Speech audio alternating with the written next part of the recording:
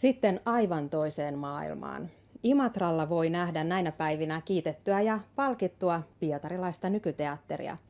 Uusi teatterifestivaali Neva Saimaa teatterisilta tarjoaa kulttuurin nälkäisille venäjänkielistä ohjelmaa, joka on tekstitetty tai simultaanitulkattu suomeksi. Festivaalin järjestävät kansainvälisen teatteritapahtumien paikalliset konkarit.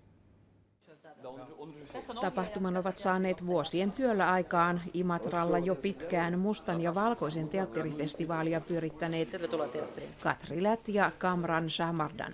Tämänkin pienen budjetin tapahtuman mahdollistavat laajat avuliaat verkostot, muun muassa tuttavat Pietarissa.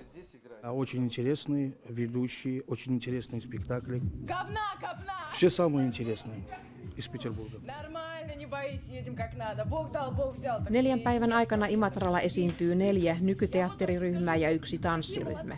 Suurin työ oli saada Imatralle maailmankuulu ohjaaja Andrei Maguchi esityksineen, mutta sekin onnistui.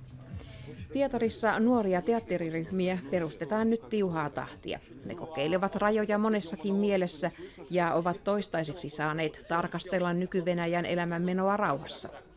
Niin myös vierailevista ryhmistä tuorein tulokas teatteri Etydi. Государству проще разгадывать гомосексуализм в концерте Мадонны, нежели чем вникать в современную российскую драматургию.